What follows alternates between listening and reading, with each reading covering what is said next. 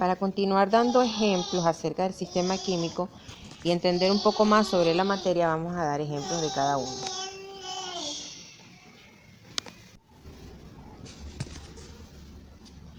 Hay que entender entonces que cada materia o materiales tiene una clasificación básica que define solo una dimensión. En este caso sería el ejemplo masa. También existe la parte de derivada, que es el conjunto de varias unidades que expresan una dimensión mixta. Ejemplo, la fuerza.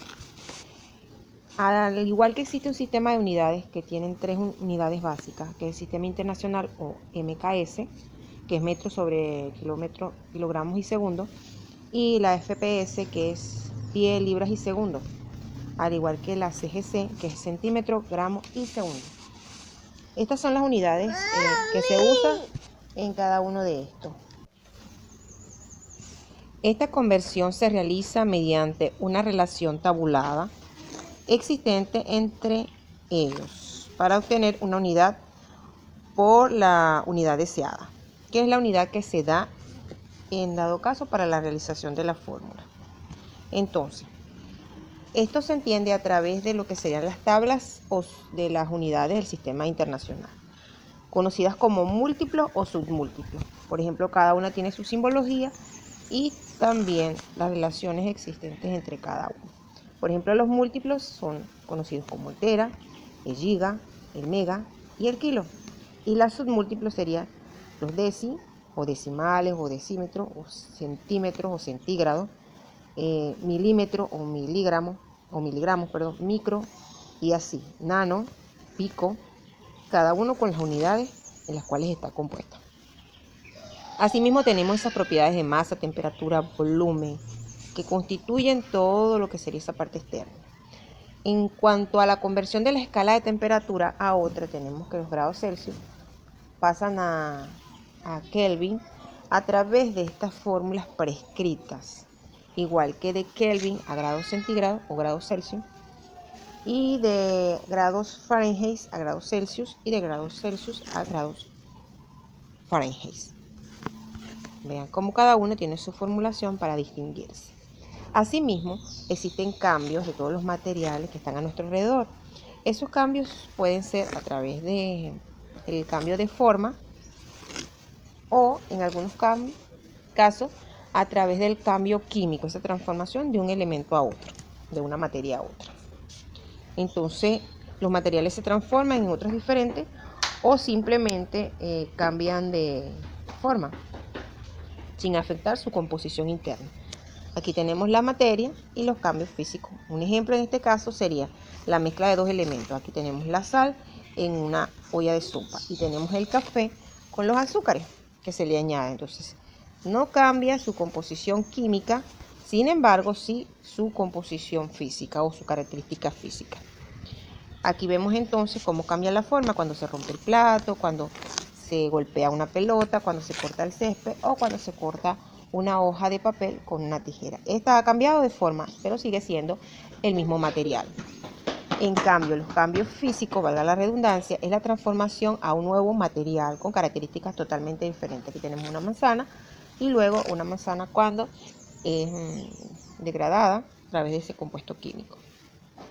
La clasificación de materia, que ya conversamos acerca de lo que es las mezclas y su ejemplo, y la obtención de esas sustancias puras que no pueden ser divisibles. Entonces tenemos los elementos químicos y los compuestos químicos. Para explicar un poco más, esa mezcla, que es la formación o la unión de dos o más sustancias con proporciones variables que tienen o que conservan sus propiedades o que pueden separarse por medios físicos y mecánicos. Aquí tenemos esta mezcla homogénea donde este cilindro de gas presenta las moléculas que no pueden ser visualizadas a simple vista este gas. Sin embargo, en la mezcla heterogénea podemos ver entonces que se observa a simple vista ambos compuestos, tanto el agua como el derrame de petróleo que está aquí. Estas separaciones de mezcla se hacen a través de procedimientos de separaciones mecánicas y físicas, como la filtración, decantación, imantación y tamizado, que es la mecánica, la física, que tiene que ver con la destilación, evaporación y cristalización, al igual que la cromatografía. Aquí podemos ver los elementos que conforman cada una de estas separaciones: filtración, decantación, imantación y el uso de los elementos que están aquí presentes para que ocurra esta separación de los elementos, como la cristalización y evaporación, al igual que la cromatografía.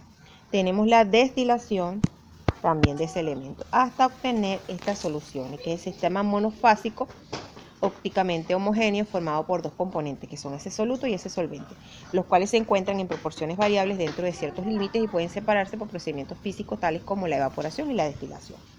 Tenemos este soluto, que siempre suele ser en gramos, y este solvente, que es el solvente universal, como el H2O, agua, hasta crear una solución. Vamos a hablar de esas concentraciones de soluciones. Tenemos que son diluidas y concentradas en esa parte cualitativa. Y esto puede ser divididas en subdivisiones, que son insaturadas, saturadas y sobresaturadas.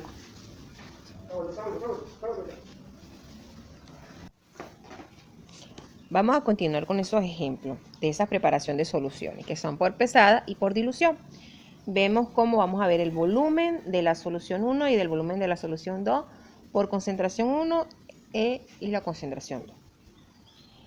Y vamos a verla por pesada, donde vamos a necesitar un aparato que pese los gramos que deben utilizarse para preparar la solución.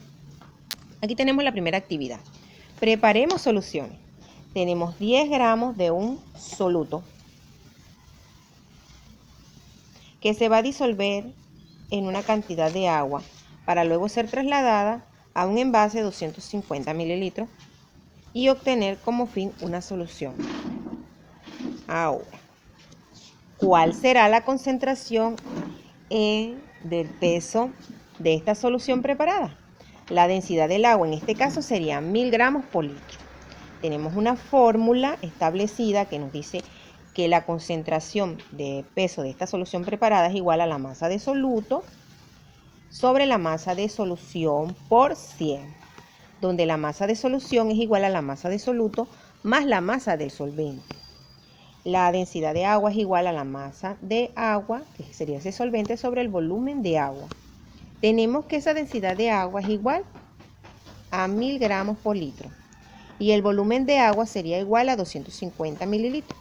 Para llevarlas a litro, hacemos una conversión y obtenemos 0,25 litros.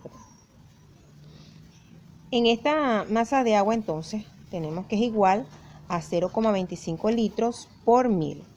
Litros sobre litros es cancelado y quedaría entonces que la masa de agua es igual a 250 gramos. Y la masa de soluto serían 10 gramos. La masa de solución en este caso es igual a los 10 gramos de soluto más los 250 gramos preestablecidos en la fórmula que es la masa de solvente, obteniendo como fin una masa de solución de 260 gramos.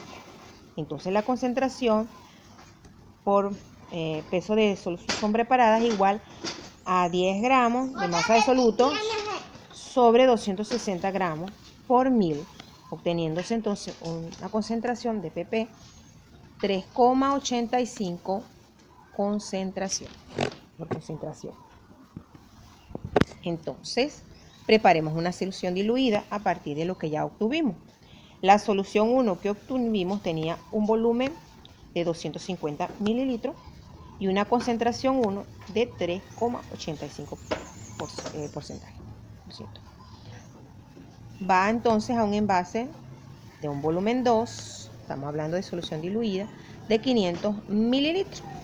Vamos a completar con agua, obteniéndose entonces cuál será esa solución 2 con esa concentración para obtener esa solución final diluida. Aquí entonces, ¿cuál será la concentración de ese peso de esta nueva solución? Solución 1, tenemos ya la solución preestablecida que hicimos anteriormente, de volumen 1 es igual a 250 mililitros, obteniéndose entonces 0,250 litros. Concentración 1 es igual a 3,85. La solución 2 nos dice que es un volumen de 500 mililitros, llevadas a litro sería 0,500 litros. Entonces, ¿cuál es esa concentración 2? Aquí está la fórmula preestablecida que nos dice que el volumen 1 por concentración 1 es igual al volumen 2 por concentración 2. Haciendo una simple regla, tenemos que la concentración 2 es igual al volumen 1 por la concentración 1 sobre el volumen 2. Entonces, simplemente sustituimos. El volumen 1 sería 0,250 litros por la concentración 1 que sería 3,85 sobre 0,500 litros. Litro sobre litro se va y obtenemos que la concentración 2 sería 1,93%. Así obtenemos entonces lo que serían las pesadas y las diluidas. Para hablar entonces de las sustancias puras de las cuales estaba comentando, en este caso la materia de composición química definida. Tenemos entonces que el elemento sería esa sustancia simple que no puede descomponerse en otras más simples. Y los compuestos entonces sería la unión química de dos o más elementos diferentes. El elemento en este caso, el ejemplo sería el hierro, el oxígeno y el oro. Esos son los elementos que se encuentran en la tabla periódica. Recuerden que la tabla periódica está compuesta de todos los materiales que están conformados al mundo. Y el compuesto entonces sería lo que más conocemos, el solvente universal, como es el agua, el cloruro de sodio y el bicarbonato de sodio. Esos son los compuestos. Vamos a ver entonces que este sistema químico es la proporción o la porción de cuerpo del material con límites específicos que es objeto de estudio o análisis con algunos fines específicos. Tienen unos límites que son importantes para determinar si hay un paso de la materia o energía desde el sistema hacia afuera o entorno o desde los alrededores hacia el sistema. Tenemos los tipos de sistemas que son abiertos, cerrados, aislados. Y para ello tenemos diferentes ejemplos, vaso abierto, vaso tampado o lo que sería un simple termo para ver el intercambio de los materiales en eso. También tenemos la parte de los sistemas, que es esa parte el medio externo, que es todo aquello que nos rodea, la pared del sistema, que es lo que contiene el material que separa el medio externo y el sistema propiamente dicho, lo que sería en la fase, que es toda materia o masa homogénea, por lo tanto las sustancias puras y mezclas homogéneas, cada una está constituida por una sola fase, y la interfase, que es el medio que separa las dos fases, al igual que los componentes en este tipo de sustancias químicas simple o compuesta presentes dentro del sistema. Aquí hay un ejemplo entonces que habla acerca de lo que sería este sistema. Toda materia está compuesta ¿por qué? Por los átomos. Y el átomo a su vez está compuesto por el electrón, el protón y el neutrón. El átomo se define generalmente como la unidad elemental de un cuerpo simple, que es capaz de conservar las características del elemento al cual pertenece, independientemente de las transformaciones químicas que se produzcan en él. Entonces, todo átomo está compuesto de diferentes partes. Tenemos un núcleo que está representado por los protones y los neutrones y los electrones que se encuentran en toda la parte externa de ese átomo. El núcleo es la parte central del átomo y contiene partículas con carga positiva, que son los protones, esa parte positiva, y las partículas que no poseen carga eléctrica son los neutrones o la parte neutra. Todos los átomos de un elemento químico tienen en el núcleo el mismo número de protones. Este número se caracteriza a cada elemento y lo distingue de los demás, llamado como número atómico, y se representa con la letra Z. La corteza es esa parte exterior del átomo y en ella se encuentran los electrones con la carga negativa. Estos están rodeados por distintos niveles que giran alrededor del núcleo con los protones y neutrones. Los átomos son eléctricamente neutros debido a que tienen igual número de protones que de electrones. Así, el número atómico también coincide con el número de electrones. Entonces podemos ver que la representación atómica es X igual a la masa atómica, que la masa atómica son los protones más neutrones, y el número atómico, que es Z, es igual al número de protones. Entonces el número de neutrones es igual a la masa atómica menos el número atómico, ¿verdad? Para los electrones, si un átomo es neutro, tenemos que el número de electrones es igual al número de protones. Si es un catión, el número de electrones es menor que el número de protones. Si es un anión, tenemos que el número de electrones es mayor que el número de protones. Esta es una fórmula preestablecida. A través de las tablas modernas se encuentran todos los elementos que están contenidos en nuestro planeta. A principios del siglo XX, Henry Moseley propuso la ordenación de los elementos por número atómico y se supo en realidad cuántos espacios vacíos había en la tabla periódica, que son los elementos no identificados hasta el momento. Este enunció la ley periódica moderna. Las propiedades físicas y químicas de los elementos varían en forma periódica según el orden creciente de su número atómico. Este es algo preestablecido. Esta es nuestra tabla periódica, pero antes de ella, hubo uno que inventó la tabla. ¿Qué información hay en una tabla periódica? La información básica es el símbolo, el número atómico, tiene la masa atómica. Tenemos entonces la electronegatividad el nombre y el estado de oxidación. Eso es lo que se encuentra dentro de la tabla periódica